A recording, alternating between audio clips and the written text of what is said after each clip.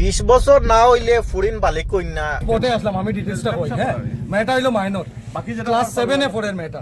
হ্যাঁ, most probably এবার 8 এ উঠছে মেয়েটা।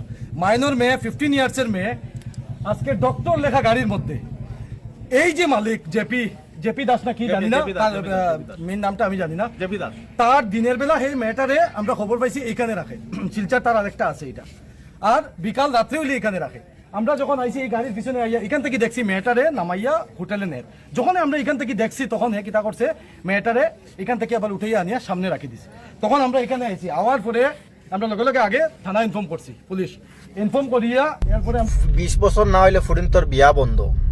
20 বছর হওয়ার বাদে ফুরিন তোর বিয়া দিতায় দেইনো। 15-16 বছরের ফুরিরে নিয়া যাতে যে ইগুরে নিয়া যে রেন্ডি ব্যবসা করার, ইগুর যেন কানো রেন্ডি ব্যবসা করার জানো হোটেল না বুটেল ইকান কিতা বাঙ্গা যায় না নি, ইকান কিতা জিসিবি দি ইকান উড়ানি যায় না নি।